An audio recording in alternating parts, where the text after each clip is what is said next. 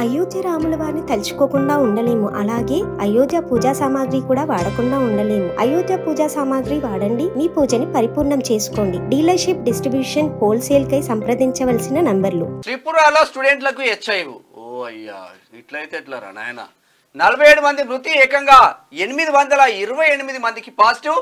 220 స్కూళ్ళు, 24 కాలేజీల్లో బాధితుల గుర్తు. స్కూళ్ళల్లో ఈ మధ్య తక్కువ ఉండే అసలు కనిపించకపోతుంది. స్కూళ్ళల్లో హెచ్ఐవి, స్కూళ్ళల్లో స్కూల్ కాడికి వస్తుందంటే చూసుకో ఎట్లుందో కదా. డ్రగ్స్ ఇంజక్షన్లతో ఒకరి నుంచి మరొకరికి ప్రతిరోజు 5-6 కొత్త కేసులు.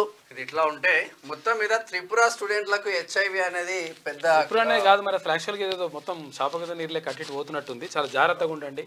ఎందుకంటే ఇంతకుముందు అంటే చాలా రోజుల నుంచి అంటే ఈ చర్చ వస్తలేదు, ఇప్పుడు కొంతవరకు వస్తుంది.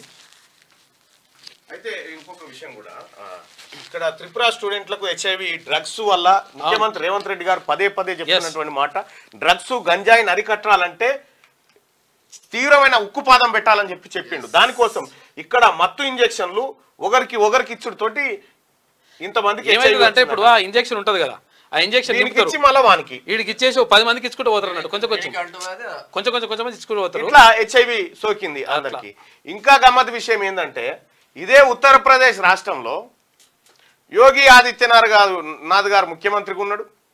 ప్రధానమంత్రి ఆవాస్ యోజన పథకం కింద అక్కడ నిరుపేదలకు ఇండ్లు కట్టియడానికి 2,50,000 రూపాయల స్కీమును తీసుకొచ్చారు. స్కీమును తీసుకొస్తే మొన్న పైసలు పడ్డాయి, ప్రయాగ్రాజ్ జిల్లాలో పైసలు పడ్డాయి. అవి ఆడోళ్ళ పేరు మీద వేసిరట. 11 మంది మహిళలు ఆ పైసలు తీసుకొని ప్రియులతో వారిపోయారట. ఆంధ్రజ్యోతిలో ఉంది కథనం, మన ముచ్చట కాదు ఇది. ఆంధ్రజ్యోతిలో ఉన్న కథనం ఇగో, పథకం సొమ్ము అందుకొని ప్రియులతో పరారు.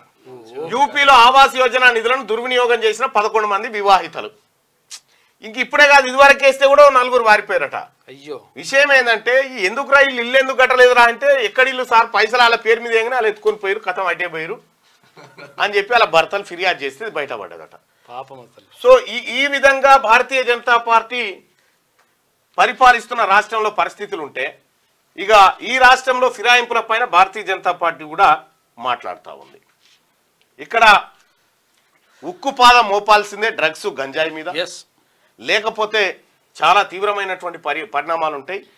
గ్రామ స్థాయిలోకి గంజాయి పాకింది, దాన్ని అరికట్టాల్సిందే.